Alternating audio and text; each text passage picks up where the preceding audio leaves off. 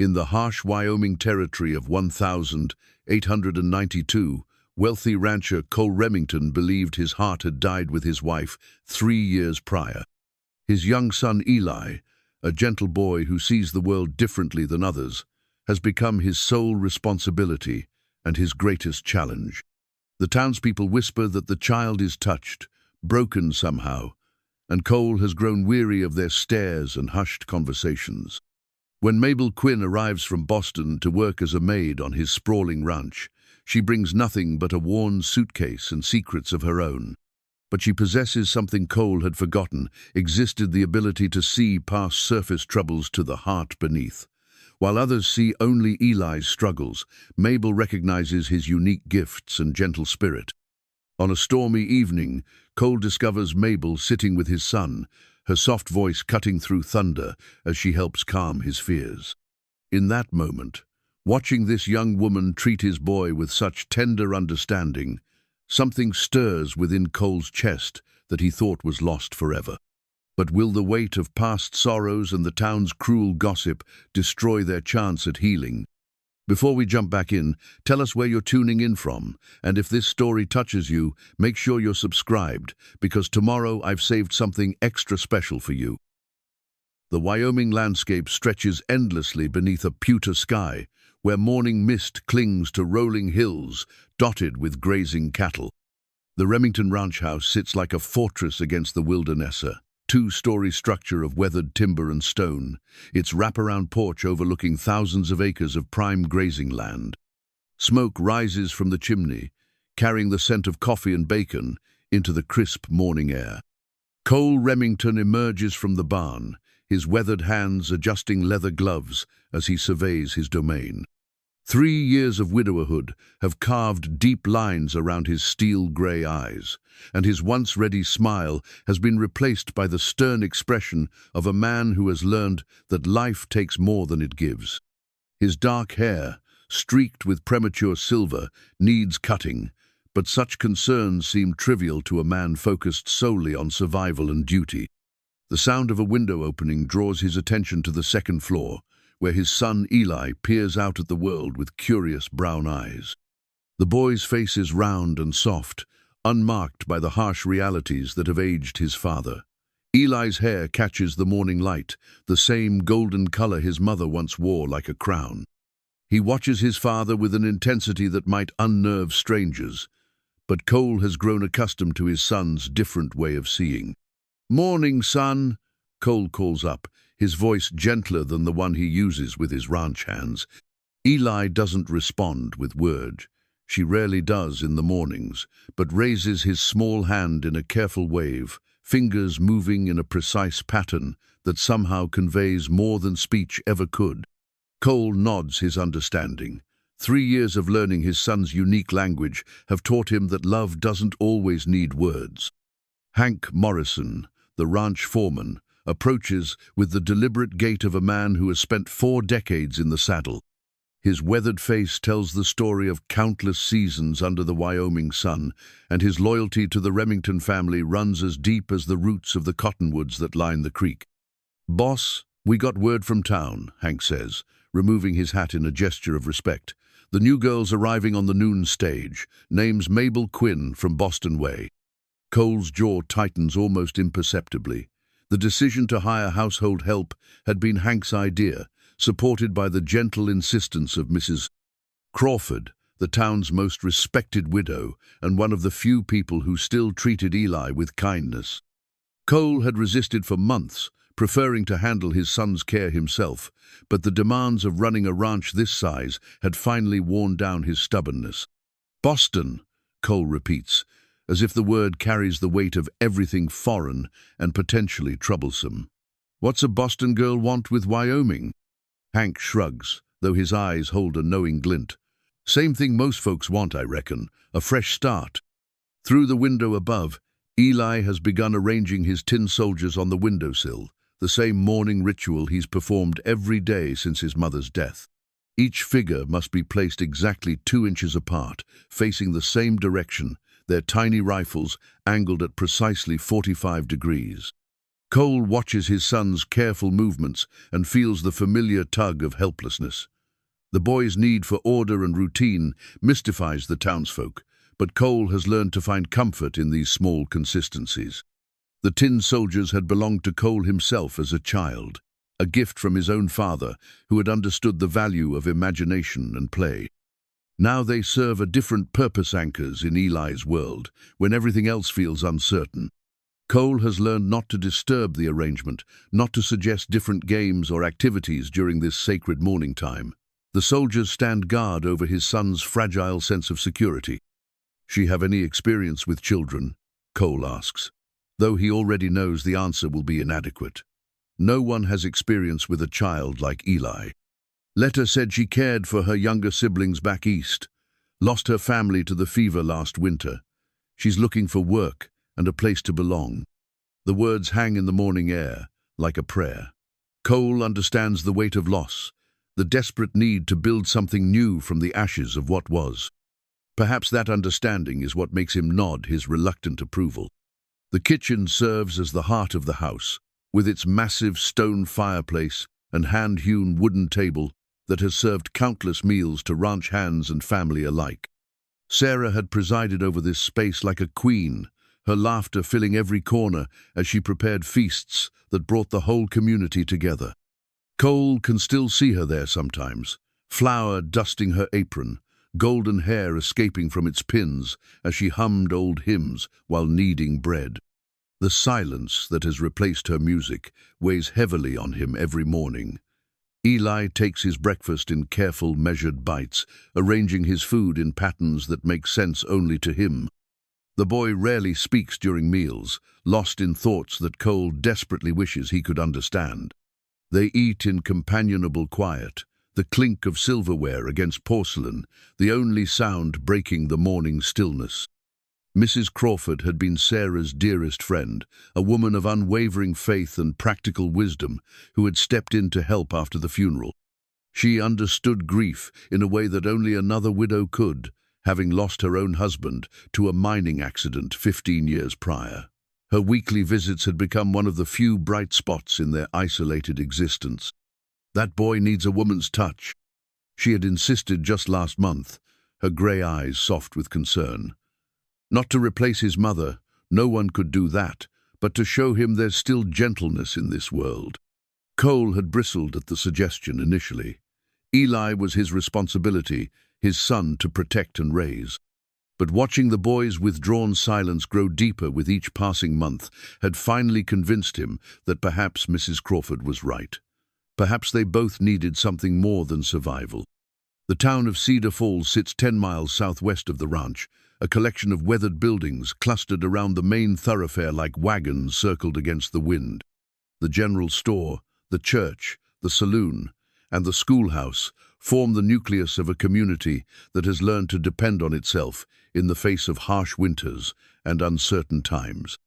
Most folks are decent, hard-working people who understand the value of neighbors helping neighbors. But small towns breed small minds sometimes, and Eli's differences have made him the subject of whispered conversations and sideways glances. Children point and stare when he rocks gently to comfort himself or covers his ears against sounds that others barely notice. Their parents shush them quickly, but the damage is always done. Another reminder that his son doesn't fit the mold this world expects. Cole has grown protective to the point of isolation, limiting their trips to town to absolute necessities. The ranch provides everything they truly need: work, purpose, and the wide open spaces where Eli can be himself without judgment. Here, his son's gentle nature is a gift rather than a burden, his careful attention to detail an asset rather than an oddity. The noon stage arrives punctually, as it has every Tuesday for the past decade. Cole watches from the porch as a slight figure in a dark traveling dress steps down from the dusty conveyance, clutching a worn leather satchel and looking around with the careful alertness of someone who has learned not to trust too quickly. Mabel Quinn appears younger than her 24 years, with auburn hair pinned neatly beneath a simple bonnet and green eyes that seem to take in everything while revealing nothing. Her dress, though well made, shows the careful mending of someone who knows the value of making things last. She moves with quiet dignity, thanking the driver before turning to face the intimidating expanse of the ranch. Cole descends the porch steps, his boots echoing against the wooden planks. "Miss Quinn, I presume." "Mr. Remington." Her voice carries the crisp consonants of educated Boston, but underneath lies something softer grief, perhaps, or simply exhaustion from a journey that began long before she boarded the westbound train. "Welcome to Wyoming." The words sound stilted even to his own ears, formal courtesies feeling foreign after years of speaking only to ranch hands and his silent son. "I trust your journey wasn't too difficult." "It was quite manageable, thank you." She glances toward the house, and Cole notices the way her fingers tighten on her satchel handle. "I'm grateful for the opportunity, Mr. Remington. I understand you have a son." The question hangs between them, loaded with implications he's not ready to address. How does one explain Eli to a stranger? How does one prepare someone for a child who sees the world through different eyes? "Eli is 8, he says carefully. "He's a good boy, but he can be particular about his routines. Some folks don't understand his ways."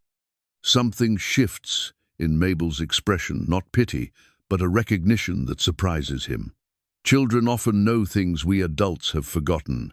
Perhaps his ways make more sense than we realize. Before Cole can respond to this unexpected insight, Eli appears at the front door, drawn by the sound of unfamiliar voices.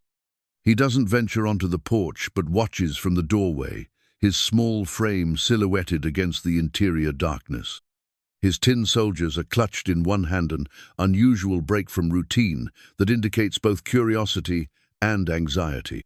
Mabel notices the boy immediately, but she doesn't stare or comment. Instead, she offers the slightest nod of acknowledgement, as one might greet a shy forest creature that might bolt at any sudden movement. Eli's eyes widen slightly, but he doesn't retreat. "Perhaps you'd like to see the house?" Cole suggests, though part of him wants to send this gentle stranger away before she can disturb the careful balance they've achieved.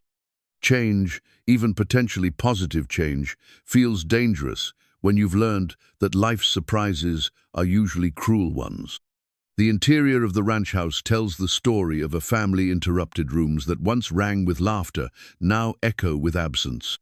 Mabel follows Cole through the parlor, where Sarah's piano sits silent beneath a layer of dust, and into the kitchen where cold ashes in the fireplace speak of meals hastily prepared and eaten without ceremony. "Mrs. Crawford has been helping with some of the household tasks," Cole explains, though they both know the house bears the unmistakable marks of men trying to manage alone. "But with the ranch work demanding most of my attention, and Eli needing more care than I can properly provide." He trails off, unwilling to admit the full extent of his failure. How can he explain the mornings when Eli refuses to eat because his routine has been disrupted? The nights when the boys' distress over some imperceptible change keeps them both awake until dawn? The growing sense that his love alone isn't enough to give his son what he needs? Mabel runs her finger along the kitchen table's surface, not in judgment but in assessment. "A house should feel like a home," she says quietly. "Perhaps between us we can help it remember how." As afternoon settles into evening, Cole finds himself watching this quiet stranger navigate their world with surprising ease. She doesn't try to engage Eli directly, but he notices how she moves quietly around him, respects his need for space, and somehow conveys acceptance without words.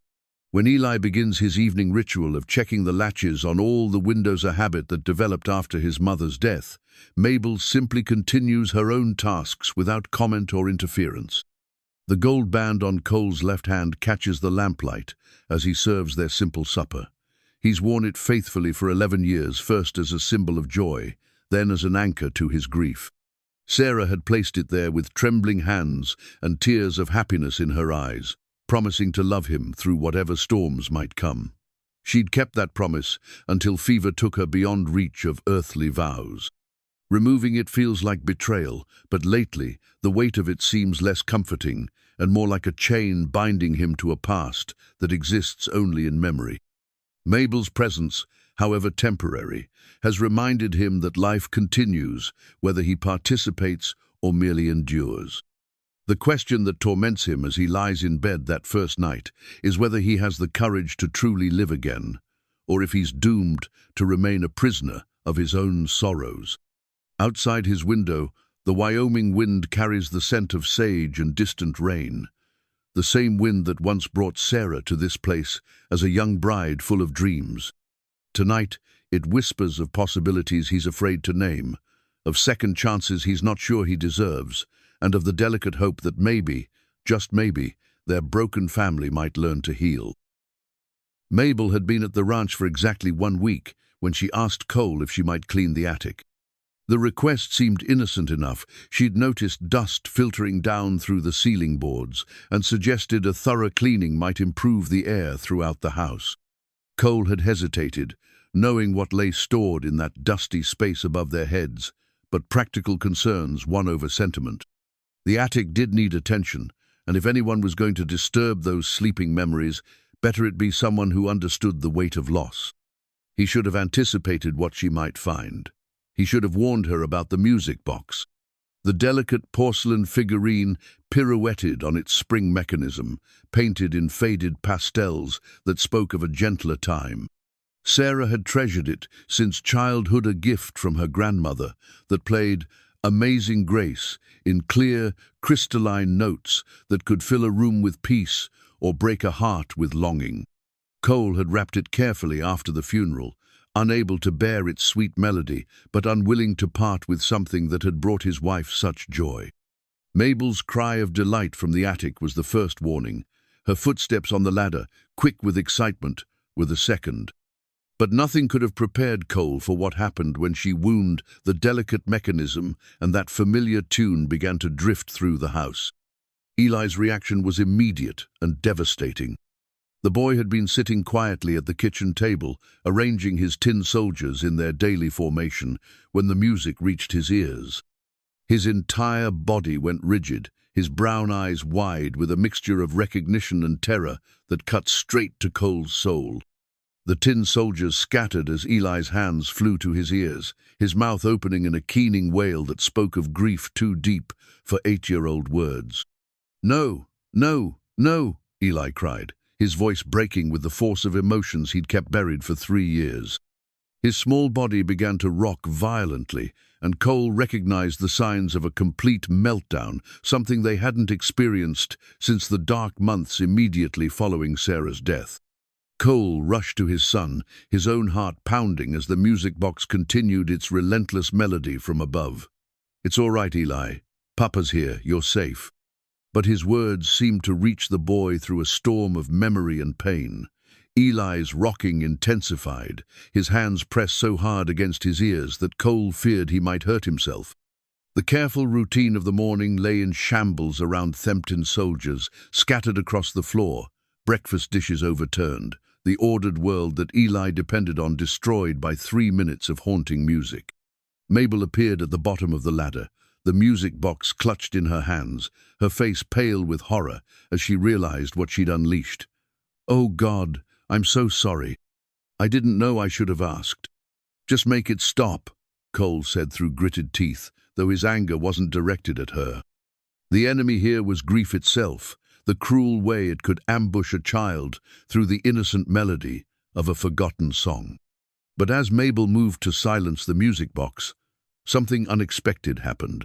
Instead of rushing away or standing frozen with guilt, she set the box gently on the counter and approached Eli with a calm that belied the chaos around them.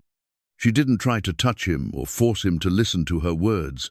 Instead, she simply sat on the floor nearby, her green skirts pooling around her like a quiet island in the storm of his distress. "Eli," she said softly, her Boston accent somehow soothing in its unfamiliarity, "I know you remember that song. I know it hurts to hear it again."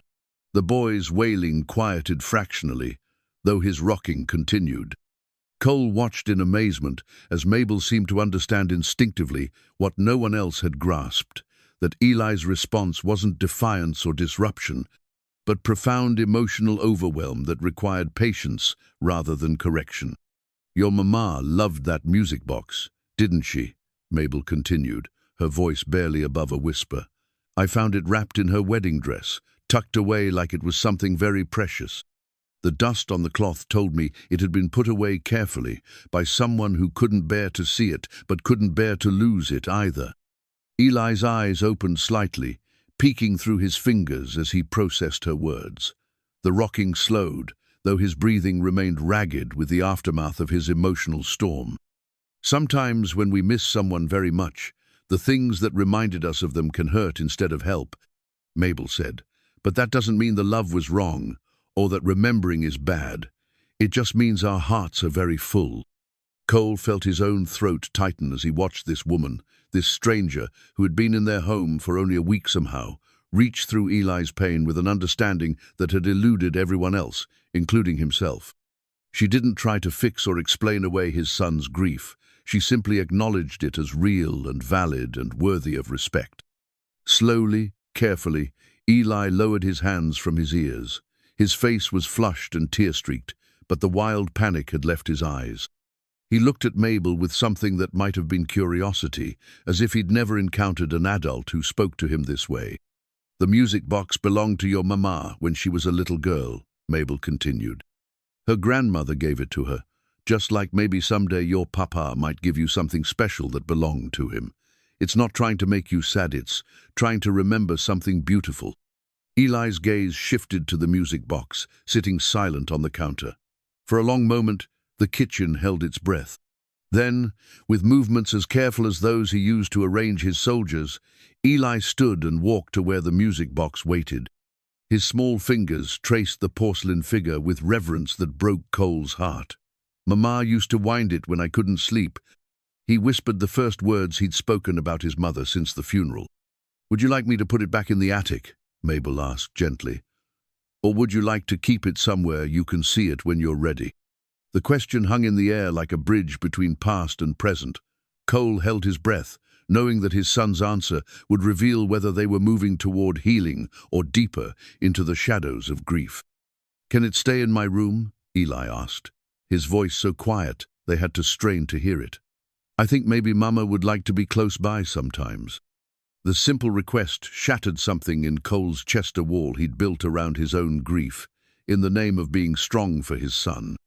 For 3 years, he'd avoided any mention of Sarah, thinking he was protecting Eli from pain. But this stranger from Boston had shown them both that pain acknowledged could become pain transformed. That evening, as Mabel helped Eli find the perfect spot for the music box on his dresser, Cole found himself studying her with new eyes. She moved through their disrupted routine with an ease that suggested experience with chaos, but more than that, she moved with a purpose that spoke of deep understanding about the nature of loss. "Thank you," he said when she finally emerged from Eli's room. The boy settled for the night with his mother's music box within arm's reach. "I don't know how you knew what to do, but I lost someone too," Mabel said simply. "Not a mother, but someone precious. I learned that pretending the grief isn't there doesn't make it go away. It just makes it grow in dark places where it can't heal." Her words carried the weight of personal experience, and Cole found himself wanting to ask what sorrow had taught her such wisdom. But the evening had already held enough revelation for one day.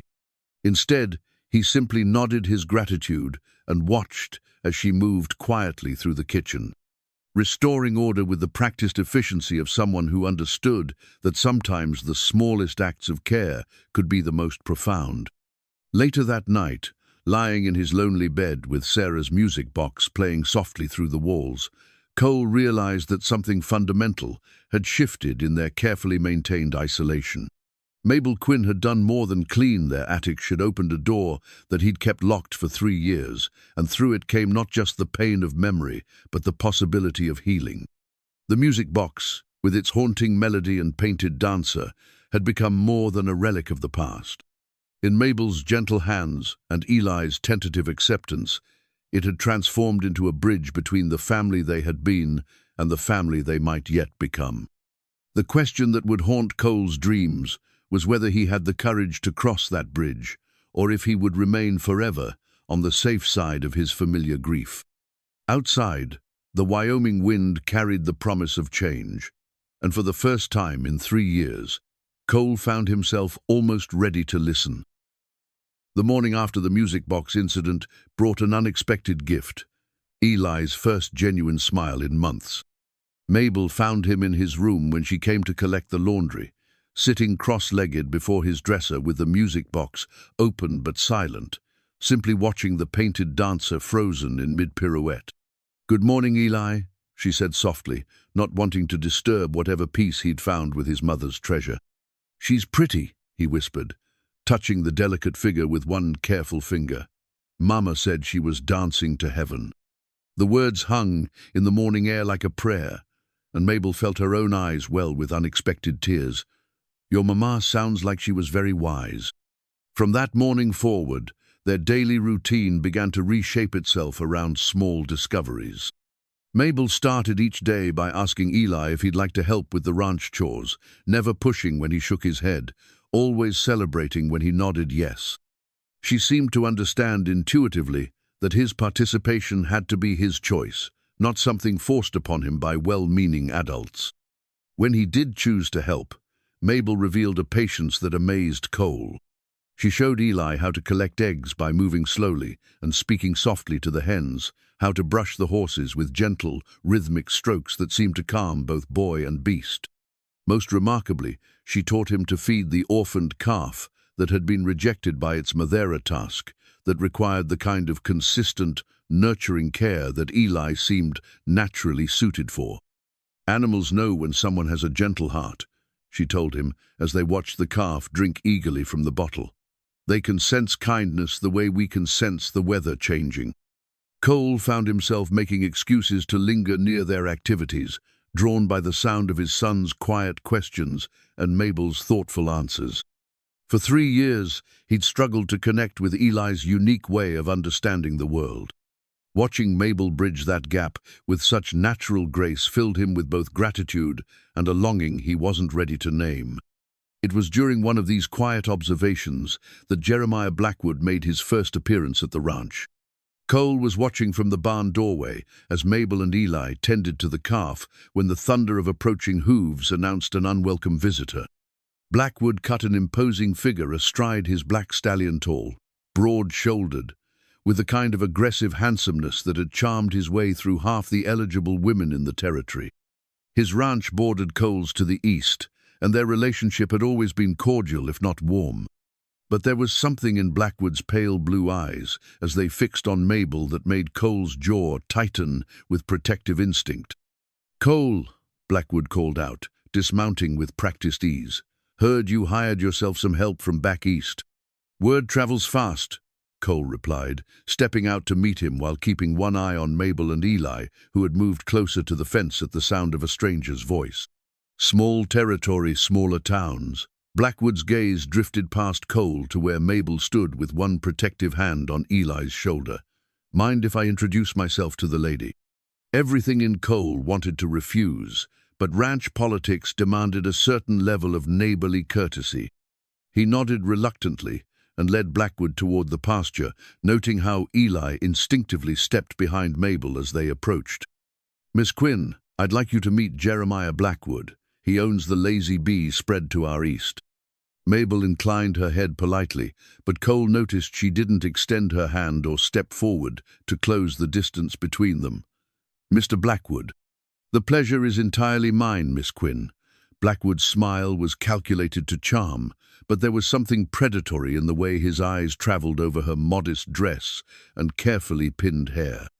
"I hope you're finding Wyoming to your liking. It can be quite an adjustment for a refined lady from the east." "I'm finding it exactly what I need," Mabel replied, her tone pleasant but firm. "Mr. Remington and Eli have made me feel very welcome." Blackwood's attention shifted to the boy half hidden behind Mabel's skirts. "And this must be the famous Eli. Boy's gotten big since I saw him last." Eli pressed closer to Mabel, who seemed to sense his discomfort without needing to look at him. "Eli has been teaching me about caring for the animals." she said, smoothly directing attention away from the child. "He has quite a gift with them." "That so?" Blackwood's tone suggested polite disbelief rather than genuine interest. "Well, animals can be easier to manage than people, I suppose." The casual cruelty of the comment hit its mark, and Cole saw Eli flinch as if he'd been struck. But before Cole could respond, Mabel spoke with quiet steel in her voice. "I found that those who are gentle with creatures weaker than themselves often possess the strongest character, Mr. Blackwood. It takes real courage to be kind." The rebuke was delivered so politely that Blackwood couldn't take open offense, but Cole saw the flash of anger in his pale eyes. This was a man accustomed to easy conquest, both of land and women, and Mabel's calm rejection clearly rankled. "Well said, Miss Quinn." Blackwood's smile didn't reach his eyes. "I hope we'll have the chance to continue this conversation soon. Perhaps you'd do me the honor of accompanying me to the church social next Sunday." "That's very kind, but I'm afraid my duties here keep me quite busy." Mabel's refusal was gentle but absolute. "I'm sure you understand." After Blackwood left with promises to return soon, Cole found himself studying Mabel with new curiosity. She'd handled the encounter with a poise that spoke of experience with unwanted attention, but there had been something more in her responsive wariness that suggested deeper knowledge of men like Blackwood. That evening, as they sat around the kitchen table for supper, Eli surprised them both by speaking without prompting. "I didn't like that man," he said quietly, pushing his food into careful patterns on his plate. "Why not?" Mabel asked, her tone genuinely curious rather than leading. Eli considered the question with the seriousness he brought to all his observations. His eyes were mean, like the bull that hurt Tommy Baker last summer. The comparison was so apt that Cole nearly choked on his coffee. Even in his innocence, Eli had sensed the dangerous undercurrent in Blackwood's visit. "It's wise to trust your feelings about people," Mabel told him. "God gave us instincts for a reason." After Eli had gone to bed, Mabel lingered in the kitchen, cleaning the already spotless counters with the distracted movements of someone lost in thought. Cole found himself reluctant to leave her alone with whatever memories Blackwood's visit had stirred. "He'll be back," Cole said finally. "I know." She folded the dish rag with precise movements, her hands steady despite the worry in her voice. "Men like that don't accept no easily. You sound like you speak from experience." Mabel was quiet for so long that Cole thought she wouldn't answer. When she finally spoke, her voice carried the weight of old pain carefully contained. "I had a situation back in Boston. A man who thought his wealth and position entitled him to whatever he wanted." She met Cole's eyes directly, and he saw both vulnerability and strength in her gaze. "It's part of why I came west. Sometimes distance is the only safety." The revelation explained much about her wariness, her careful control, the way she'd recognized Blackwood's type immediately. It also awakened something protective in Cole that went beyond neighborly concern. "You're safe here," he said, meaning it with every fiber of his being. "I hope so." She reached for the leather-bound Bible she carried with her everywhere, its worn pages filled with pressed flowers that spoke of a life left behind. "My faith tells me that everything happens for a purpose, even the difficult things. Maybe I was meant to be here, to help Eli, to—" She stopped herself before finishing the thought, but Cole heard the unspoken words hanging between them. Maybe she was meant to help them all heal. The possibility both thrilled and terrified him, because healing meant letting go of the familiar pain that had become his constant companion. As Mabel retreated to her small room under the eaves, Cole remained at the kitchen table, staring at the pressed flower Bible she'd forgotten in her haste to escape the intimacy of their conversation. The delicate blooms, trapped between its pages, spoke of a life rich with love and loss, of faith tested but not broken, of hope carefully preserved against future need. For the first time since Sarah's death, Cole found himself praying not for deliverance from his pain, but for the wisdom to recognize the gifts that might be offered to a man humble enough to accept them. 3 weeks into Mabel's residency at the ranch, Eli made a discovery that would change how everyone saw him. It began with a piece of charcoal from the fireplace and a smooth piece of birch bark that had caught his attention during one of his careful walks around the property. Mabel found him sitting by the creek, his small fingers moving the charcoal across the bark's surface with surprising precision. At first glance, it appeared to be simple scribbling, the kind of marks any child might make when experimenting with drawing. But as she drew closer, the image resolved into something extraordinary. The drawing depicted a horse in perfect profile, every line capturing not just the animal's physical form but somehow its spirit as well. The mare's head was turned slightly toward the viewer, her eyes gentle and intelligent, her mane flowing as if caught in a moment of movement. Most remarkably, Mabel recognized the horse immediately. It was Moonbeam, Sarah's favorite mare, the gentle grey who had been retired to pasture after her mistress's death. "Eli," Mabel breathed, kneeling beside him on the creek bank. "This is beautiful. How did you learn to draw like this?" The boy looked up at her with those serious brown eyes, confusion clouding his features. "I just see her in my head," he said simply. "Mama used to ride her every morning before breakfast. They looked happy together." The drawing was more than just an artistic achievement. It was a window into Eli's mind that revealed depths no one had suspected. The careful attention to detail, the emotional resonance of the image, the way he'd captured not just what the horse looked like, but how she felt it, suggested a kind of intelligence that traditional measures had failed to recognize. Mabel's excitement was infectious as she carried the drawing back to the house, calling for Cole with an urgency that had him dropping his work and rushing to meet her. "Look what your son created," she said, holding the bark carefully as if it were made of precious metal. Cole stared at the drawing in stunned silence. He'd expected the usual childish scratches and circles, but this was art in its truest form. Every line spoke of careful observation and deep feeling, of a connection to beauty that transcended words. "Eli drew this." Cole's voice was barely above a whisper. "He says he sees Moonbeam in his head," Mabel explained, "the way she looked when your wife used to ride her." The words hit Cole like a physical blow. For 3 years, he'd worried about what Eli had lost when his mother died, the normal childhood, the easy connection with others, the simple joy that seemed to elude him. But looking at this drawing, Cole realized that perhaps his son hadn't lost something essential about himself. Perhaps he'd simply been expressing it in a language no one had bothered to learn. That evening, Cole found Eli in his room, working on another drawing by lamplight. This one showed the orphaned calf they'd been bottle feeding, captured in minute detail, down to the curl of its eyelashes and the texture of its coat. "These are remarkable, son," Cole said, settling onto the edge of the bed with careful movements that wouldn't startle the boy from his concentration. Eli glanced up briefly, then returned to his work. "I like to remember things exactly as they are," he said. "Sometimes when I draw them, I can keep them safe in my head." The simple explanation revealed so much about how Eli's mind worked, his need to preserve and catalogue the world around him, to create order from chaos through the act of careful observation and recreation. It wasn't a deficiency, Cole realized with growing amazement. It was a gift.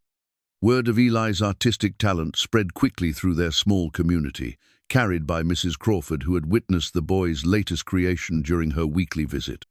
Soon, other children were asking to see his drawings, and for the first time in his young life, Eli found himself the object of curiosity rather than pity. The change in the boy's demeanor was subtle but unmistakable. He stood a little straighter, spoke a little more freely, began to venture beyond the immediate vicinity of the house during his daily explorations. Mabel had given him more than encouragement. She had given him recognition of his worth. It was during one of these more confident explorations that Cole found Eli and Mabel sitting together on the front porch, sharing a moment of quiet companionship that spoke of growing trust between them. "Papa," Eli said as Cole approached, his voice carrying an excitement that had been absent for too long. "Mabel says maybe I could draw your picture sometime. Would you like that?" The request was so simple, so innocent, yet it pierced through Cole's defenses like an arrow finding its mark. When had anyone last wanted to capture his image? When had he last felt worthy of being preserved in memory? "I'd be honored," he managed, his throat tight with emotion he wasn't prepared to name. As the days grew longer and spring settled more firmly over the Wyoming landscape, Cole found himself drawn into the quiet conversations that bloomed between Mabel and Eli during their shared activities. She had a way of asking questions that opened doors in the boy's mind, encouraging him to express thoughts and feelings that had been locked away since his mother's death. "What do you miss most about your mama?" she asked one afternoon, as they sat sketching by the creek. Eli considered the question with his usual careful deliberation. The way she hummed when she cooked, the house felt different when she was happy. What made her happiest? When Papa would come in from the fields and kiss her cheek while she was stirring something on the stove, she'd get all pink and smiley, like she had a secret. The words painted a picture of domestic bliss that Cole remembered with painful clarity. Sarah had indeed glowed with contentment during those simple moments, as if the mere act of caring for her family was enough to fill her with joy. How long had it been since he'd thought of those memories with warmth, rather than aching loss? "Your mama sounds like she knew how to find happiness in everyday things," Mabel observed. "That's a gift not everyone has." "Do you think she'd be proud of my drawings?" Eli asked, his voice small with hope and uncertainty. Mabel's answer came without hesitation. "I think she'd be amazed by your talent and proud of the kind, gentle boy you've become. Most of all, I think she'd want you to keep sharing your gift with the world." That evening, as Cole and Mabel sat together on the porch while Eli worked on his latest sketch inside, their conversation turned to deeper waters than usual. "You've given him something I couldn't," Cole admitted, watching fireflies dance in the gathering dusk. "Hope, maybe, or just the belief that he matters." "He's always mattered," Mabel replied gently. "He just needed someone to see what was already there." "And what about you?" The question escaped before Cole could stop it. "What do you need?" Mabel was quiet for so long that Cole thought he'd overstepped some invisible boundary. When she finally spoke, her words carried the weight of carefully guarded longing. "I need to believe that the broken pieces of a life can be put back together into something beautiful," she said. "That God doesn't waste our sorrows, but uses them to help us understand others who are hurting." Her honesty demanded reciprocation, and Cole found himself speaking truths he'd never voiced aloud. "I need to stop being afraid," he said, "of living, of loving, of all the ways life can surprise us, both good and bad." The admission hung between them like a bridge. Neither was quite ready to cross, but its presence changed the landscape of their relationship. They were no longer simply employer and employee, or even friends, helping each other through difficult times. They were two wounded souls, discovering that healing might be possible if they had the courage to reach for it. As spring deepened into early summer, Eli's sketch of the family he dreamed of himself, his father, and Mabel gathered around the kitchen table, began to take shape on a piece of precious paper Mabel had given him. In the drawing, they were all smiling, all connected by invisible threads of belonging that the boy's careful lines made visible. The sketch would become his masterpiece, but more than that, it would become his prayer, a child's vision of the family they might become if the adults in his life could find the courage to believe in second chances. The discovery came by accident, as such revelations often do. Mabel was gathering laundry from her small room when a sudden gust of wind from the open window caught a photograph tucked between the pages of her Bible, sending it fluttering to the floor like a wounded bird. Cole, who had come upstairs to repair a loose floorboard, bent to retrieve it before thinking. What he saw made him freeze with the photograph halfway to her outstretched hand. It was only half of what had once been a larger image, torn raggedly down the middle, with the careful deliberation of someone trying to erase a painful memory. The remaining portion showed Mabel, younger and dressed in fine clothes that spoke of wealth and privilege, her arm around empty space where someone else had once stood. Her smile in the photograph was radiant, but somehow fragile, the expression of someone who believed happiness was permanent. "I'm sorry," Cole said, extending the photograph toward her. "The wind—" "It's all right." Mabel took the torn image, with hands that trembled almost imperceptibly. "I suppose it's time someone else knew the truth about who I really am." She sank onto the narrow bed, the photograph cradled in her palms like something precious and painful in equal measure. Cole remained standing, uncertain whether he should leave her to her privacy or offer whatever comfort his presence might provide. "I wasn't entirely honest about my circumstances back in Boston," she began, her voice steady despite the tears gathering in her eyes. "My family wasn't just comfortable, we were quite wealthy. My father owned several factories, and we lived in a house on Beacon Hill that required a staff of 12. The revelation shouldn't have surprised him, her bearing, her education, the subtle refinements that no amount of hardship could entirely erase, but hearing it confirmed added new dimensions to the mystery of her presence in their humble kitchen. "What happened?" he asked gently. Mabel stared at the photograph, seeing not just her own image, but the phantom presence of whoever had been torn away. "I fell in love with the wrong man. Or perhaps I should say, I fell in love with a man who turned out to be wrong in every way that mattered." The story emerged slowly, like water from a long, dry well. She'd been 22, the belle of Boston society, courted by men who saw her father's fortune more clearly than they saw her. But she'd chosen Thomas Whitman, a charming young lawyer with ambitious plans and empty pockets, believing that love could overcome any obstacle. "He seemed different from the others," she said, her finger tracing the edge of the photograph. "He talked about building something meaningful together, about using my father's money to help people rather than simply accumulating more wealth. I thought I'd found someone who saw me as more than just an advantageous marriage." But Thomas's true nature had revealed itself after their engagement was announced. He'd begun pressuring her to access her inheritance early, to invest in schemes that grew more questionable with each passing month. When she'd expressed doubts, his charm had curdled into manipulation, then threats. "The final straw came when I discovered he'd been forging my signature on documents, using my name to secure loans he had no intention of repaying." Mabel's voice grew harder, the soft Boston accent sharpening with remembered anger. "When I confronted him, he said no one would believe me over him, that society wives were expected to trust their husbands' financial decisions completely."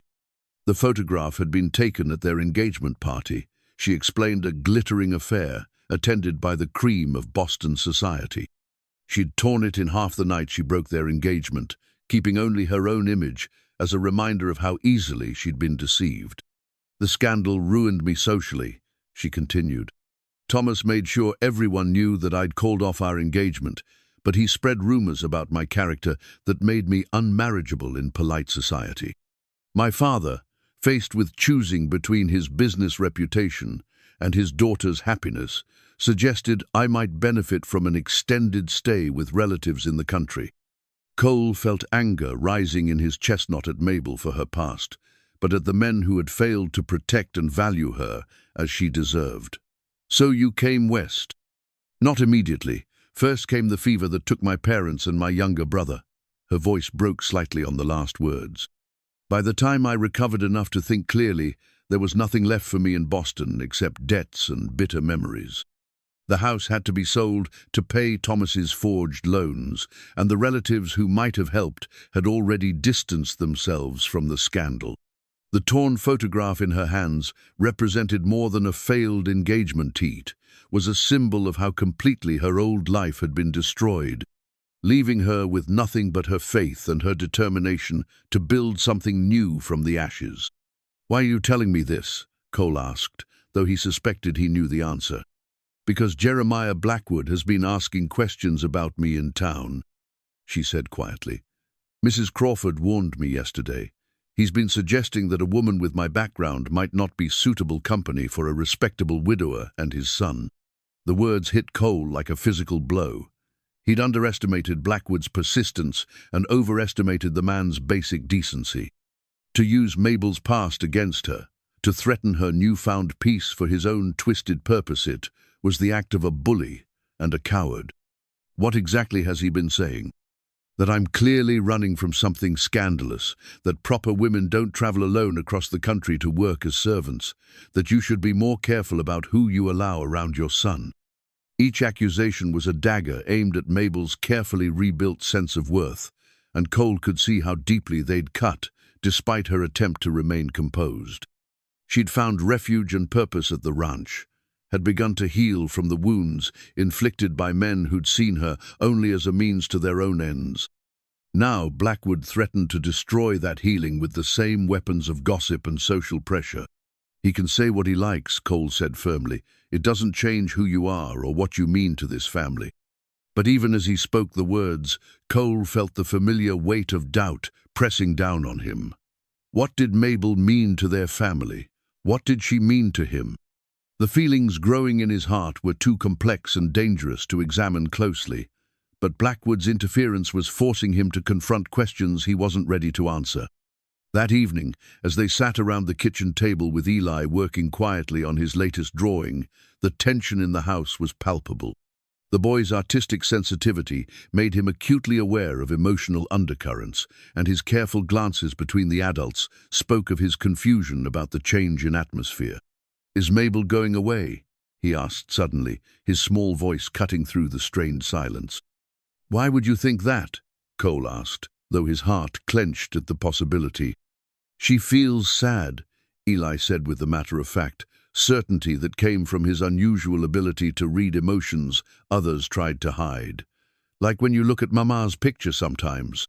The observation was so accurate, it took both adults' breath away. Mabel reached across the table to touch Eli's hand gently.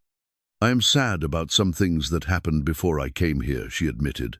"But being with you and your papa has made me happier than I've been in a very long time." "Then why would you go away?" The question hung in the air like a challenge to the adults to be as honest as the child. Mabel looked at Cole, and in her eyes he saw both hope and resignation, the expression of someone who had learned not to expect permanence from happiness. "Sometimes people say things that make it hard for others to stay where they want to be," Cole said carefully. "But I want you to know that as long as I have anything to say about it, Mabel will always have a home here." The promise was bigger than he'd intended to make, carrying implications that went far beyond simple employment. But looking at his son's relieved smile and the tears gathering in Mabel's eyes, Cole realized he meant every word. Later that night, as Cole walked the perimeter of his propertier habit, born of his need to think through problems, while moving he found himself considering the torn photograph and all it represented. Mabel had trusted him with her story, had revealed the wounds that had driven her west and the strength that had sustained her through loss. But her revelation also raised uncomfortable questions about his own motivations. Was his growing attraction to her based on who she really was, or on some romantic notion of rescuing a woman in distress? Did it matter that she came from wealth and privilege when she'd lost everything that money could buy? Could a man who'd barely traveled beyond the Wyoming territory offer anything meaningful to a woman who'd once moved in Boston's highest circles? The torn photograph seemed to symbolize not just Mabel's severed past, but the incomplete nature of all their stories. There were pieces missing from each of their lives' loves, lost, dreams deferred, truths not yet spoken. The question was whether those fragments could be woven together into something whole, or if they were doomed to remain forever divided by the jagged edges of what had been torn away. As he stood under the vast Wyoming sky, Cole made a decision that would change everything. Whatever Blackwood was planning, whatever social pressures might be brought to bear, he would not allow Mabel to be driven away by men who had already taken too much from her. She had given his son the gift of believing in himself, had shown them both that their broken family still had room for joy. The torn photograph in her Bible might represent a painful past, but Cole was determined to help her create new images, whole ones, filled with the faces of people who valued her for exactly who she was, scars and all. The silver locket came to light on a Tuesday morning when Mabel fainted while hanging laundry on the line. Cole found her crumpled among the billowing sheets, her face pale as winter snow, the delicate chain of the locket caught in her collar, where it had pulled free from beneath her dress. As he carried her into the house, calling for Eli to fetch water, the locket swung gently against his chest. It was an old piece, tarnished with age, and when it fell open during his careful ministrations, A single curl of fine baby hair spilled into his palm like spun gold. Mabel's eyes fluttered open as the cool cloth touched her forehead, and her first conscious act was to reach for the locket with desperate fingers. "It's safe," Cole said gently, pressing the chain into her hands. "I'm sorry it came open when you fell." She clutched the locket to her chest, and Cole saw her face crumple with a grief so profound it made his own losses seem small by comparison. Eli hovered nearby, his young face creased with worry for the woman who had become the center of his small world. "I should have told you," she whispered, tears streaming down her cheeks. "I should have been honest from the beginning." "Told me what?" The story emerged in fragments, broken by sobs that seemed to come from the deepest places of her soul. There had been another reason for her engagement to Thomas Whitman, beyond love or social expectation. She had been carrying his child a secret pregnancy that had forced her into a hasty betrothal to avoid scandal. Her name was Grace, Mabel said, opening the locket to reveal a tiny photograph opposite the curl of hair. She lived for 6 days, 6 perfect, beautiful days before the fever took her. The revelation hit Cole like a physical blow. The child had been born prematurely, weak from the stress of her mother's circumstances, and vulnerable to the same epidemic that would later claim Mabel's family. Thomas had shown his true character during those 6 precious days absent from the birthing room, dismissive of Mabel's grief, concerned only with how the tragedy might affect his reputation. "He said it was for the best," Mabel continued, her voice breaking with remembered anguish, "that we could start fresh, have legitimate children once we were properly married. He couldn't understand why I was so destroyed by losing someone who had barely lived." Cole felt rage building in his chest, not just at Thomas Whitman's cruelty, but at a world that could dismiss a mother's grief so callously. He thought of his own devastating loss, how Sarah's death had nearly destroyed him, and tried to imagine facing such pain while also carrying the burden of shame and social condemnation. "The fever that killed my family came a year later," Mabel said. "By then, I'd already broken the engagement. I couldn't marry a man who thought my daughter's life was inconsequential. When the sickness came, I almost welcomed it. I thought maybe I'd get to see Grace again." Eli, who had been listening with the intense focus he brought to all important revelations, moved closer to Mabel's chair.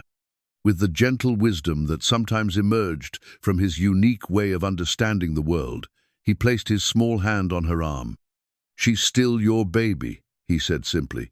"Even if you can't see her, Mama's still my mama, even though she's in heaven." The child's words seemed to reach something deep inside Mabel's wounded heart. She gathered him into her arms, and Cole watched as 2 broken souls found comfort in their shared understanding of loss. "You're right," she whispered against Eli's hair.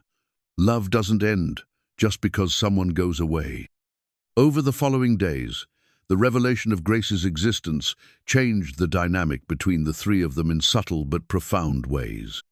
Mabel's care for Eli took on new dimensions, not just kindness from a woman good with children, but the fierce protectiveness of someone who understood how precious and fragile young life could be. Cole found himself watching her with different eyes, seeing past the gentle governess to the mother who had lost everything. Her patience with Eli's difficulties, her intuitive understanding of his needs, her unwavering belief in his worth, all of it, made perfect sense now. She was loving his son with the accumulated tenderness of her own maternal heart. "Why didn't you tell me about Grace before?" he asked one evening as they sat on the porch, watching Eli chase fireflies in the gathering dusk. "Because I was afraid you'd see me as damaged goods," she admitted. "An unmarried mother, even a grieving one, isn't exactly what most men want in their homes around their children." The honesty cut straight to Cole's heart. How many times had he wondered about her past, speculated about the sorrows that had driven her west? Now, knowing the truth, he felt only admiration for her strength and sorrow for her pain. "Grace makes you more precious, not less," he said quietly. "Any fool can see that your capacity for love is what makes you extraordinary." The words hung between them, carrying more weight than either was quite ready to acknowledge. They had moved beyond the careful boundaries of employer and employee, beyond even friendship, into territory that both thrilled and terrified them. That night, Cole lay awake thinking about silver lockets and tiny photographs, about the different ways grief could shape a heart. Sarah's death had nearly broken him, but it had also taught him the value of love. Mabel's losses had done something similar, carved deep channels in her soul that allowed her to hold more compassion than seemed humanly possible. Meanwhile, Jeremiah Blackwood's campaign to discredit Mabel was intensifying. He'd begun making regular appearances in town, spreading innuendo about her mysterious past and suggesting that Cole's judgment was being clouded by an inappropriate attachment to his hired help. The pressure was building toward some kind of confrontation, and Cole knew that when it came, he would need to choose between his comfortable isolation and the possibility of something more. The silver locket had become a symbol of Mabel's deepest grief, but also of her capacity for enduring love. Like Eli with his drawings and rituals, she had found ways to honor what was lost while still making room for what might be found. The question facing them all was whether love, tested by loss and strengthened by shared understanding, could overcome the forces arrayed against their fragile happiness. As summer deepened and the first hints of autumn touched the Wyoming air, Cole began to understand that his feelings for Mabel weren't just attraction or gratitude. They were something deeper and more dangerous, the kind of love that demanded action, that refused to remain safely contained in the realm of possibility. The silver locket and its precious contents had revealed the depth of Mabel's heart. Now it remained to be seen whether Cole had the courage to offer his own heart in return, knowing that love always carried the risk of loss, but that without that risk there could be no real joy. The legal document that would change everything was discovered in the most unlikely placer tucked inside Sarah's music box, hidden beneath the velvet lining where no casual observer would think to look. Eli found it quite by accident while trying to repair the delicate mechanism that had begun playing off-key.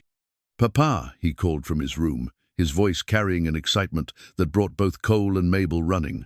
"There's something hidden in Mama's music box." The paper was yellowed with age and folded into a tight square that had left permanent creases across the formal script. As Cole carefully unfolded it, his hands trembling slightly with anticipation, the words that emerged would shatter every assumption they'd held about Mabel's circumstances.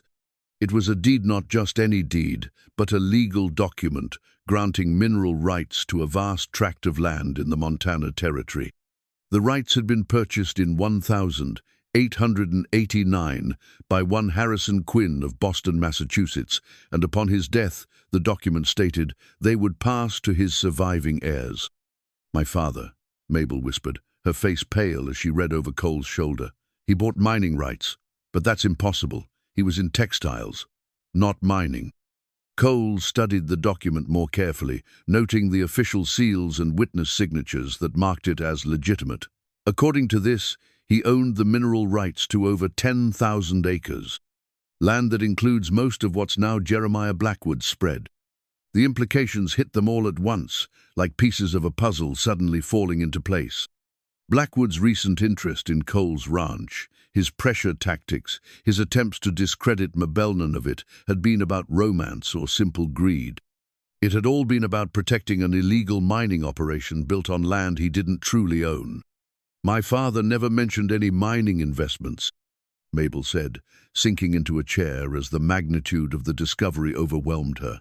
"He was always very conservative with his business dealings. This doesn't make sense." But as they examined the document more closely, a different picture began to emerge. Harrison Quinn hadn't been investing in mining, he'd been investing in his daughter's future.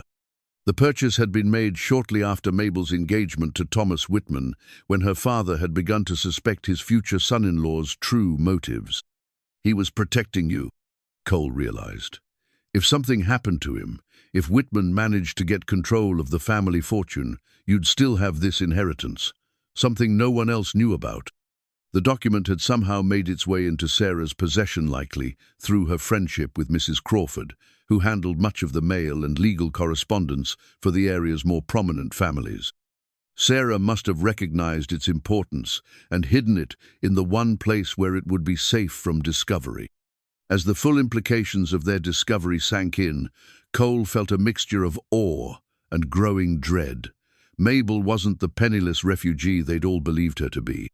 She was potentially one of the wealthiest landowners in the territory and Jeremiah Blackwood's worst nightmare. He's been mining that land illegally for years, Cole said, his mind racing through the connections. The silver ore that's made him rich, the influence he's bought with his wealth, it's all been stolen from you. But Mabel seemed less interested in her newfound fortune than in the danger it represented. If Mr. Blackwood discovers what we know, what do you think he'll do to protect his empire? The question hung in the air like a storm cloud, dark with the promise of violence. Men had killed for far less than what Blackwood stood to lose if the truth came out.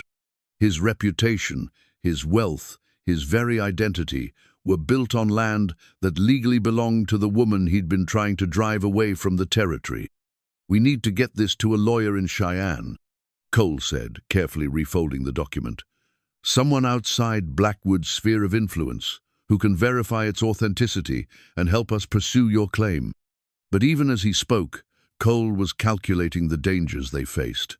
Blackwood had resources, connections, and men willing to do violence for pay. The nearest federal marshal was 3 days' ride away, and the local sheriff was notoriously susceptible to pressure from wealthy ranchers. That evening, as they sat around the kitchen table making plans for their next steps, Eli surprised them with a question that cut straight to the heart of their dilemma. "Does this mean Mabel is rich now?"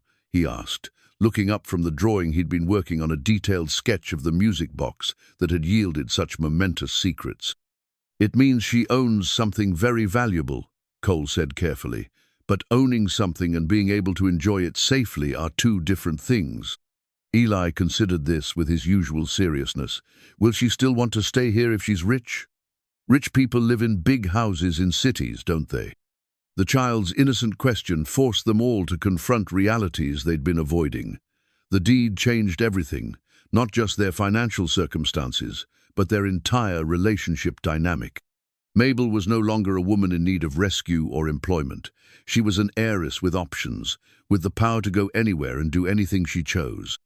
"Being rich doesn't change who you are in here," Mabel said, touching her hand to her heart. "I was rich before, and it didn't make me happy. The things that matter most, love, family, belonging somewhere, those can't be bought with money." But Cole heard the careful phrasing of her response, the way she answered Eli's question without quite answering it. The discovery of her inheritance had shifted the balance of power between them in ways that would take time to fully understand. Later that night, as Cole walked the perimeter of his ranch under a star-filled sky, he found himself grappling with emotions he'd never expected to face. For months, he'd been falling in love with a woman he believed to be dependent on his protection and kindness. Now he discovered that she had the power to buy and sell his entire spread without making a dent in her inheritance. The revelation should have freed him from worry about her welfare, but instead it filled him with a different kind of fear. What could a simple rancher offer to a woman who owned mineral rights, worth more than most men would see in a lifetime? How could he compete with the options that such wealth would provide? But as he thought about Eli's drawings and Mabel's gentle patience, about silver lockets and shared grief, Cole began to understand that their relationship had never really been about financial security or social position. It had been about healing, about finding in each other the missing pieces of their broken hearts. The legal document hidden in Sarah's music box had revealed more than Mabel's secret inheritance. It had exposed the true nature of Jeremiah Blackwood's character and the real reason for his relentless pursuit. Most importantly, it had shown them all that sometimes the most valuable treasures are hidden in the most unexpected places, waiting for the right moment to change everything. As dawn approached, bringing with it the promise of difficult decisions and dangerous confrontations, Cole made a choice that would define the rest of his life. Rich or poor, vulnerable or powerful, Mabel Quinn was the woman he loved. The deed might have changed her circumstances, but it hadn't changed his heart. The question now was whether she felt the same way, and whether their love would be strong enough to survive the storms that were surely coming. Cole's father's revolver hadn't been removed from its place of honor above the fireplace in over 5 years. The Colt 45 had served 3 generations of Remington men. Cole's grandfather during the Indian Wars, his father during the early cattle drives, and Cole himself during a brief stint as a territorial deputy before Sarah's love had convinced him to hang up his badge. Now, as he lifted the weapon from its hooks and felt the familiar weight in his hands, Cole understood that some battles couldn't be avoided through peaceful means.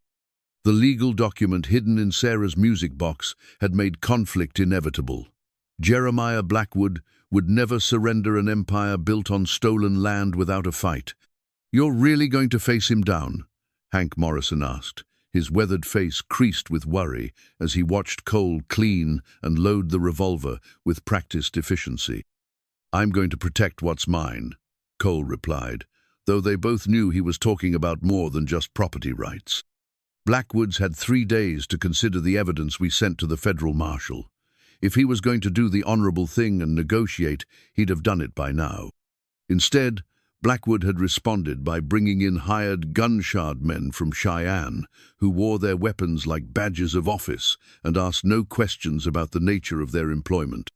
The town of Cedar Falls was holding its breath, waiting to see which side would blink first in a confrontation that could reshape the entire territory. Mabel emerged from the kitchen where she'd been preparing what might be their last peaceful meal together, her face calm despite the storm gathering around them. She'd spent the morning writing letters to lawyers in Boston, to distant relatives, to anyone who might ensure that Eli would be cared for if the worst happened. "Mrs. Crawford has agreed to take Eli into town until this is settled," she said, her voice steady despite the fear Cole could see in her green eyes. "He'll be safe there." "I don't want to go," Eli protested from the doorway, his small frame silhouetted against the afternoon light. "This is my home. These are my people." The boy's words, spoken with a gravity that belonged on older shoulders, cut straight to Cole's heart. In the space of a few months, Eli had transformed from a withdrawn, frightened child into someone who understood the value of fighting for what mattered. Mabel's influence had given him not just artistic expression, but the courage to claim his place in the world. "Sometimes the people we love most are the ones we need to protect by sending them away," Cole explained, kneeling to meet his son's eyes. "This isn't about you not being brave enough. It's about making sure you're safe, so we can all be together when this is over." Eli considered this with his usual careful deliberation, then surprised them all by reaching into his pocket and pulling out a carefully folded piece of paper. "I drew this for you," he said, handing the paper to Cole, "in case you forget what you're fighting for." Cole unfolded the drawing with trembling hands. It showed their kitchen table with 3 figures seated around it himself, Mabel and Eliel smiling, all clearly belonging together. The detail was extraordinary, down to the way sunlight streamed through the windows and the gentle expression on Mabel's face as she helped Eli with some unseen task. "This is what I want," Eli said simply. "This is my family." The drawing was more than just artistic expression. It was a declaration of hope, a child's vision of the future he was willing to fight for. Cole felt tears burning his eyes as he realized that his son had found the courage to love again, to risk the pain of loss for the possibility of joy. "We'll get back to this," Cole promised, carefully folding the drawing and placing it in his shirt pocket, close to his heart. "All of us, together." As the afternoon wore on, supporters began arriving at the ranch. Mrs. Crawford came with several women from the church, their faces grim with determination as they helped prepare for whatever might come. Doc Peterson arrived with his medical bag, followed by Tom Harrison and several other ranchers who had their own reasons to oppose Blackwood's growing influence. "Man's been bleeding this territory dry for years," Tom said, checking his own rifle with the easy familiarity of someone who'd fought in the war between the states. Time someone stood up to him. But it was Mabel's transformation that took Cole's breath away. Gone was the gentle governess who had arrived with nothing but a worn suitcase and carefully guarded sorrows. In her place stood a woman who had reclaimed her birthright and was prepared to defend it with everything she possessed. She'd changed into a riding dress of deep blue wool that had been packed away in her trunk since leaving Boston. A reminder of the woman she'd been before grief and betrayal had stripped away her confidence. Her hair was pinned in an elegant chignon that revealed the aristocratic line of her neck, and her green eyes held a steel that Cole had never seen before. "You look like a queen preparing for battle," he told her, as they stood together on the porch, watching the sun sink toward the western horizon. "I feel like someone who's finally ready to stop running," she replied. "For too long, I've let men like Thomas Whitman and Jeremiah Blackwood dictate the terms of my life. That ends today." As darkness fell, they received word that Blackwood was riding toward the ranch with a dozen men, ostensibly to discuss the mineral rights situation, but clearly prepared for violence if negotiations failed. The federal marshal was still a day's ride, a way too late to prevent bloodshed, though perhaps not too late to ensure justice was served afterward. Cole spent the evening moving through his house like a man saying goodbye to a beloved friend. Every room held memories of Sarah, of the life they'd built together before fever had stolen their dreams. But those memories no longer felt like chains binding him to the past. Instead, they felt like blessings that had prepared him for this moment of choosing between comfortable safety and dangerous hope. In Eli's room, he found the boys' tin soldiers arranged in their familiar patterns on the windowsill, but with a new addition, a small female figure that Eli had carved from wood and painted to represent Mabel. She stood slightly apart from the military formation, but clearly part of the defensive arrangement that protected their miniature world. "She belongs here," Eli had told him earlier. "She makes us complete." The revolver felt heavier as Cole strapped on the gun belt he hadn't worn since his deputy days, but the weight was reassuring rather than burdensome. This wasn't about violence for its own sake, it was about protecting the family they'd built from the ashes of loss, about proving that love was worth fighting for, even when the odds seemed impossible. As the last light faded from the Wyoming sky, Cole stood with Mabel on the front porch of the house that had become their sanctuary. In a few hours, everything would change. Either they would emerge victorious, free to build the life that Eli had drawn with such hopeful precision, or they would fall defending the right to love without fear. "Whatever happens tonight," Cole said, taking Mabel's hand in his, "I want you to know that these months with you have been the happiest of my life since Sarah died. You gave me back my son, and you gave me back my heart." Mabel squeezed his fingers, her touch warm and strong and infinitely precious. "You gave me back my faith in good men," she replied. "Whatever the future holds, we'll face it together."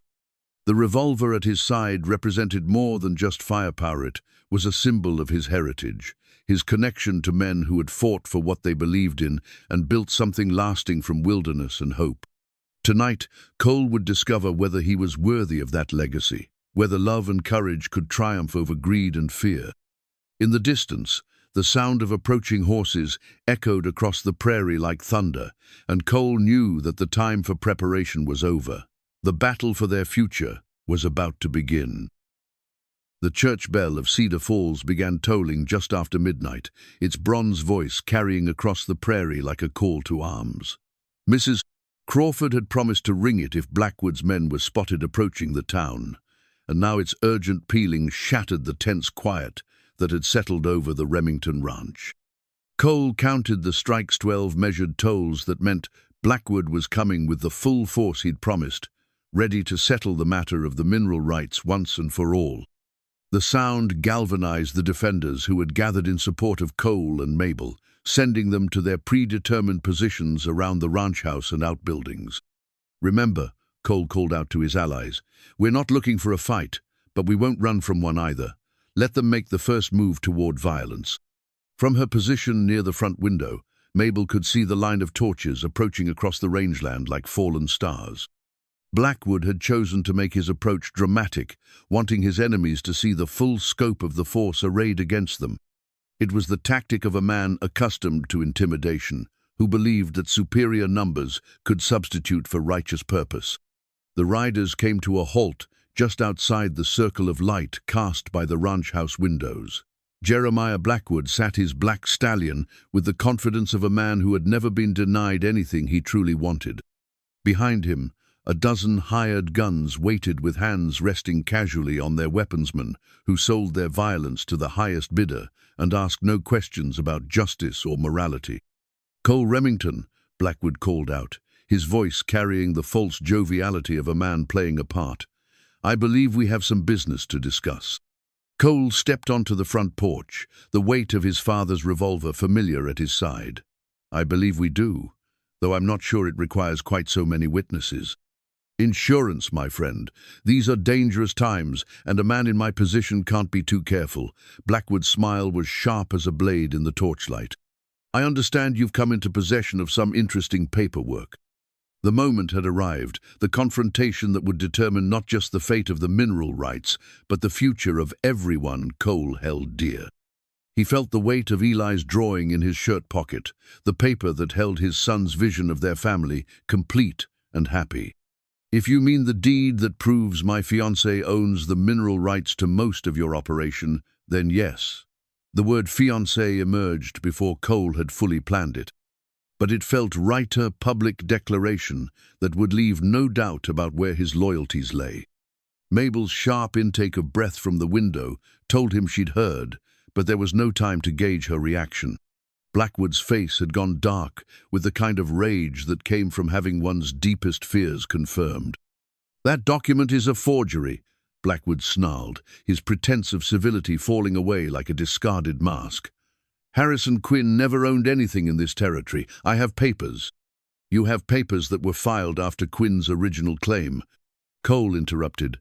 "Papers that were fraudulent from the moment they were signed.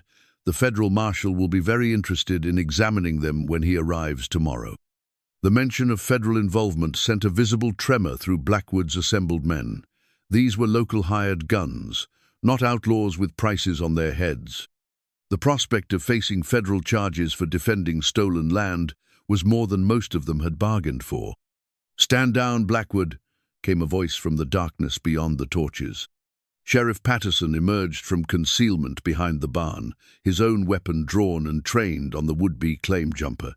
"This has gone far enough." Cole felt a surge of relief at the lawman's appearance. Patterson was an honest man caught in an impossible position, but it seemed he'd finally chosen a side in the conflict that had been tearing his territory apart. "The federal marshal sent word ahead," Patterson continued. "That deed has been verified as genuine. Miss Quinn is the rightful owner of those mineral rights, and any man who's been mining that land without her permission is guilty of theft." The pronouncement hit Blackwood's forces like a physical blow. Several of the hired guns began edging their horses backward, clearly unwilling to fight a battle they now knew they couldn't win legally. But Blackwood himself seemed beyond reason, his pale eyes fixed on Cole with naked hatred. "You think you've won," he spat. "You think some piece of paper from a dead man gives you the right to destroy everything I've built." "I think justice gives us that right," Mabel said, emerging from the house to stand beside Cole on the porch. She'd pinned her father's deed to her dress like a badge of office, its legal seals catching the flickering torchlight. "My father bought those rights legally, and they passed to me upon his death. Everything you've taken from that land belongs to me." The sight of her calm, regal, unafraid, seemed to inflame Blackwood's rage even further. This was a man who had never been denied by a woman, who viewed feminine opposition as an insult to his very identity. "No Eastern heiress is going to come into my territory and steal what I've earned with blood and sweat," he growled, his hand moving toward his gun. The motion triggered an explosion of activity as every armed man in the area drew their weapons simultaneously. But before violence could erupt, the church bell began tolling again, this time with a different rhythm that made everyone freeze. Mrs. Crawford had promised to ring different patterns for different situations, and this one meant only one thing. The federal marshal had arrived ahead of schedule. "That would be Marshal Thompson," Sheriff Patterson announced with obvious relief. "I sent word for him to ride hard when I realized how serious this situation had become." The sound of additional horses approaching confirmed Patterson's words, and moments later, a grizzled man in federal blues rode into the circle of torchlight. flanked by 4 deputies whose presence transformed the entire dynamic of the confrontation. "Jeremiah Blackwood," Marshal Thompson called out, his voice carrying the authority of federal law. "You're under arrest for theft of mineral resources, fraud, and conspiracy to commit violence against federal witnesses." The pronouncement shattered Blackwood's coalition like glass. His hired guns scattered into the darkness, unwilling to face federal charges for a man whose cause was already lost. Within minutes, the fearsome force that had ridden to intimidate Cole and Mabel had been reduced to a single, rage-filled man whose empire was crumbling around him. But Blackwood wasn't finished. As the marshal approached with shackles, the defeated man made one last, desperate play, lunging for his gun with the wild fury of someone who had nothing left to lose. The shot, when it came, echoed across the prairie like thunder, and for a moment that felt like eternity, nobody moved. Then Blackwood toppled from his saddle, clutching his shoulder where Marshal Thompson's quick draw had found its mark. "Should have taken the offer to surrender peacefully," the marshal said, holstering his weapon with practiced calm. "Now you'll be facing charges of resisting arrest as well." As Blackwood was loaded into a wagon bound for the territorial prison, Cole felt the tension that had gripped him for weeks finally beginning to ease. The immediate threat was over, but the larger questions about their future remained unanswered. The deed that had started it all still hung from Mabel's dress, and the word fiancé that he'd spoken in the heat of the moment hung between them like an unresolved chord waiting for resolution. The church bell had stopped tolling, but its bronze voice seemed to echo in the sudden quiet that followed the storm. As dawn broke over the Wyoming prairie, painting the sky in shades of rose and gold, Cole found himself standing alone with Mabel on the front porch where their confrontation with Blackwood had reached its dramatic conclusion. The federal marshal and his deputies had departed with their prisoner. Sheriff Patterson had returned to town, and the supporters who had rallied to their cause had melted away into the morning light. In the sudden quiet that followed the storm, the word Cole had spoken in the heat of battle, fiancé, seemed to hang between them like an unfinished song, waiting for its final notes. "Did you mean it?" Mabel asked softly, her fingers still clutching her father's deed, though the immediate danger had passed. "What you said about being engaged?" Cole felt his heart hammering against his ribs as he realized this moment would determine the rest of their lives. All the careful boundaries they'd maintained, all the unspoken feelings they'd harbored, everything had been stripped away by the night's events, leaving only raw truth between them. "I meant it," he said, his voice hoarse with emotion. "I know I should have asked properly, should have courted you the way a lady deserves, but when I saw Blackwood threatening everything we'd built together—" "Cole," Mabel's voice cut gently through his rambling explanation. "Look at me." He raised his eyes to meet hers, and saw tears glistening in the morning, light not tears of sorrow, but of joy, so profound it took his breath away. "I've been waiting for you to ask," she whispered, "hoping you felt the same way I do, but afraid to believe it was possible." Before Cole could respond, the sound of running footsteps announced Eli's arrival. The boy burst through the front door, having apparently escaped from Mrs. Crawford's protective custody in town, his face bright with excitement and something that might have been hope. "Is it over?" he asked breathlessly. "Are we safe now? Are we really going to be a family?" Cole knelt to meet his son's eyes, pulling the carefully folded drawing from his shirt pocket. "What do you think? Is this still what you want?" Eli studied his own artwork, the image of 3 people gathered around their kitchen table, all belonging together, all clearly part of the same loving unit. Then he looked up at Mabel with the serious expression he wore when considering the most important questions. "Mabel," he said formally, "would you like to be my new mama? I promise I'll be good, and I'll share my tin soldiers, and I won't make you sad about missing your little girl." The offer, delivered with such earnest sincerity, shattered the last of Mabel's composure. She sank to her knees and gathered Eli into her arms, holding him with the fierce protectiveness of someone who had learned how precious and fragile love could be. "Oh, my sweet boy," she whispered against his hair, "I would be honored to be your mama. And you don't have to promise to be good, you already are. You're perfect exactly as you are." Cole watched the scene unfold with wonder, seeing his son embrace the future with the same courage he'd shown throughout their ordeal. Eli had found the strength to love again, to risk the pain of loss for the possibility of joy, and in doing so had shown them all what real bravery looked like. "There's just one thing," Mabel said, pulling back to look at both of them with mock seriousness. "If we're going to be a real family, someone needs to ask me properly." The challenge was delivered with a smile that transformed her face, erasing the last traces of the frightened woman who had arrived with nothing but a worn suitcase and carefully guarded sorrows. In her place stood someone who had reclaimed her birthright and was ready to build something new with the people she loved. Cole rose slowly, his heart so full of love and gratitude that he could barely speak. "Mabel Quinn," he began, then stopped and started again. "Miss Quinn, would you do me the honor of becoming my wife, of helping me raise this remarkable boy and building a life together that's worthy of the love we've found?" "Yes," she said simply, as if the answer had never been in doubt. "Yes to all of it." The kiss that followed was witnessed only by Eli and the vast Wyoming sky, but it sealed a bond that had been forged through shared loss and strengthened by mutual hope. When they finally broke apart, Cole saw that his son had pulled out his drawing supplies and was already sketching furiously. "What are you drawing now?" Mabel asked, smoothing down her hair and trying to regain some semblance of proper deportment. Eli held up his latest creazione, new version of their family portrait, this one showing Cole and Mabel holding hands while he stood between them, all three figures clearly part of the same loving unit. But this time, there was an addition that made both adults catch their breath.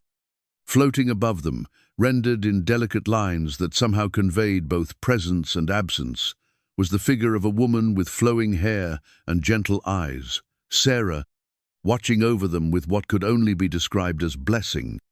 "Mama, Sarah wants us to be happy," Eli explained matter-of-factly. "She told me in a dream that she picked Mabel special just for us." The drawing represented more than just artistic expression. It was a child's understanding that love doesn't diminish when it's shared, that honoring the past doesn't prevent embracing the future. Sarah's presence in the image wasn't intrusive or possessive, but protective and approving, as if she had indeed chosen Mabel to care for the family she could no longer tend herself. As the three of them stood together on the porch, watching the sun climb higher into the clear Wyoming sky, Cole realized that their story was just beginning. The deed that had nearly cost them everything would ensure Mabel's financial security, but more importantly, it had revealed the true measure of their love, strong enough to face any storm, deep enough to heal the deepest wounds. The mineral rights that were rightfully Mabel's would be managed carefully, used to build something lasting for their family and their community. But the real treasure they'd discovered wasn't silver or gold. It was the understanding that broken hearts could heal, that love could bloom again, even in soil watered by tears, and that sometimes the most precious gifts came disguised as the most difficult trials.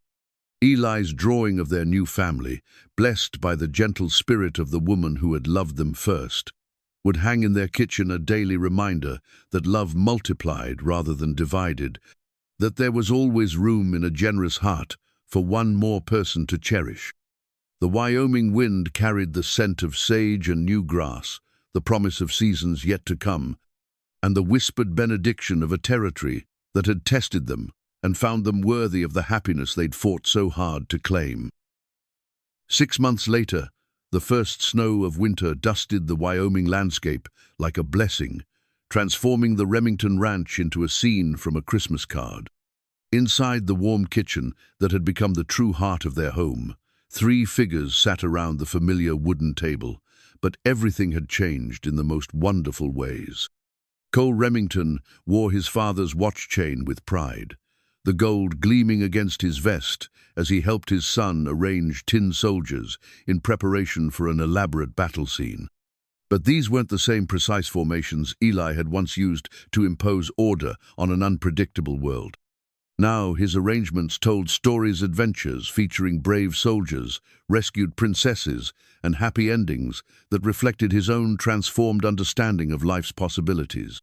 Mabel Remington, though she sometimes still marveled at the sound of her married name sat with her hands folded over the gentle swell of her pregnancy, watching her husband and son with the profound contentment of someone who had found her true calling. The morning sickness had passed, and now she glowed with the particular radiance of a woman carrying new life within her body and new hope within her heart. The changes in their circumstances went far beyond the obvious ones. The legal resolution of the mineral rights case had indeed made Mabel one of the wealthiest landowners in the territory, but she and Cole had used that fortune wisely, establishing a fund for the local school, improving the medical facilities in Cedar Falls, and ensuring that the families of Blackwood's former employees didn't suffer for their boss's crimes. Jeremiah Blackwood himself was serving a 10-year sentence in the territorial prison, his empire dismantled and his stolen wealth restored to its rightful owner. Some of his former associates had tried to flee the territory, but Marshal Thompson's thorough investigation had ensured that justice was served across the board. "Papa," Eli said, looking up from his elaborate soldier tableau, "when the baby comes, will you teach him to arrange soldiers too?"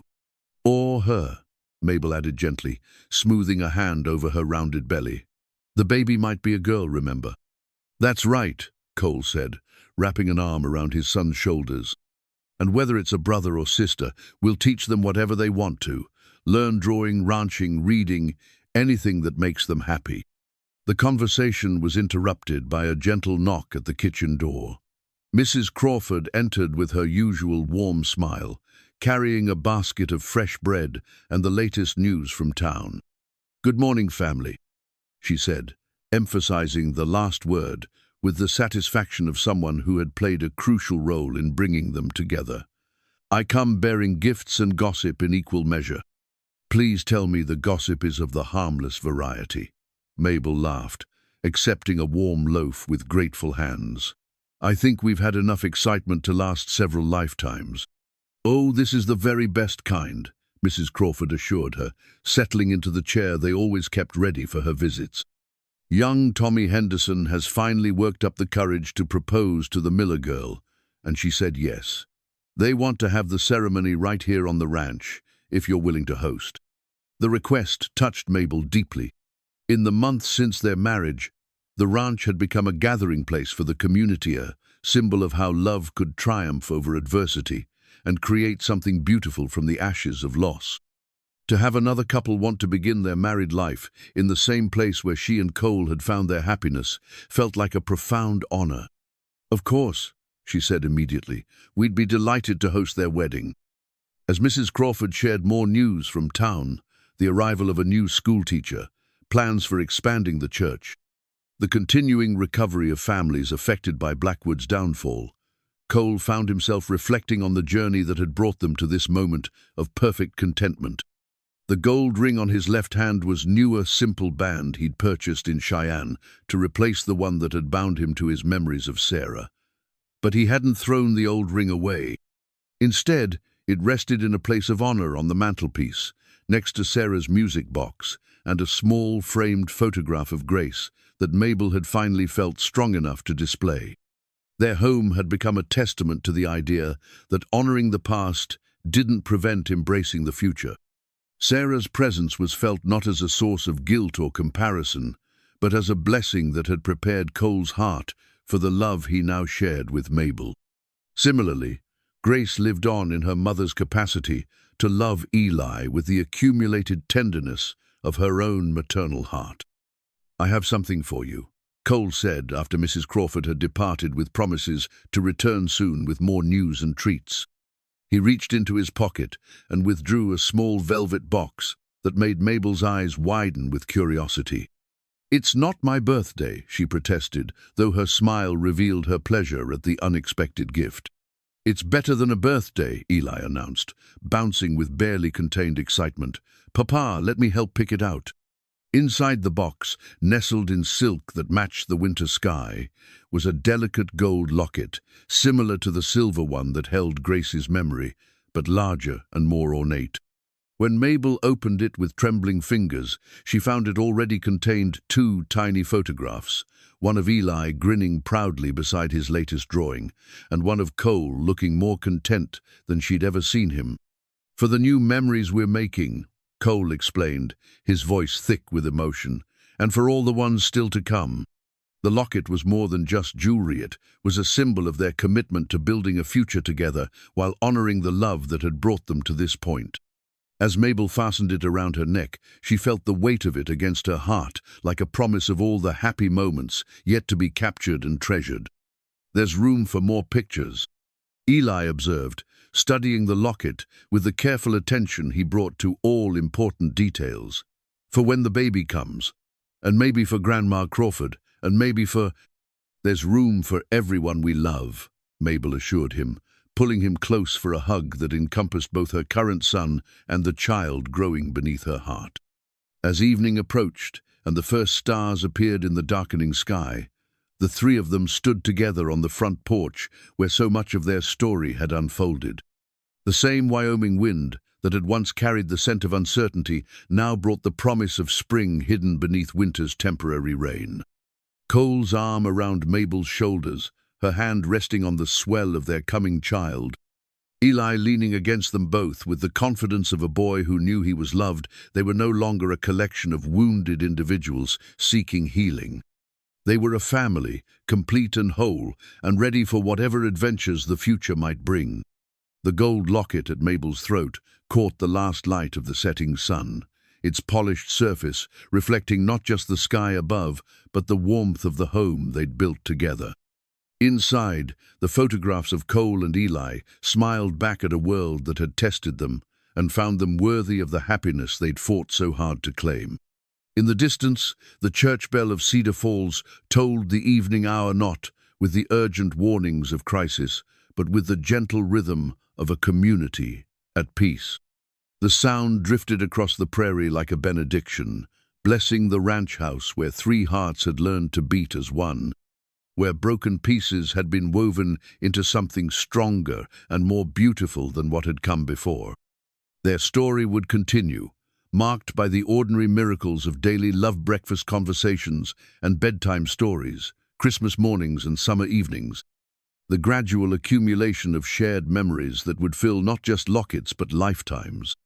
But this moment, this perfect evening of contentment and hope, would always be remembered as the time when they truly understood that love multiplied when it was shared, that healing was possible even for the deepest wounds, and that sometimes the most precious treasures were found not in the ground beneath their feet, but in the hearts of the people who chose to love them.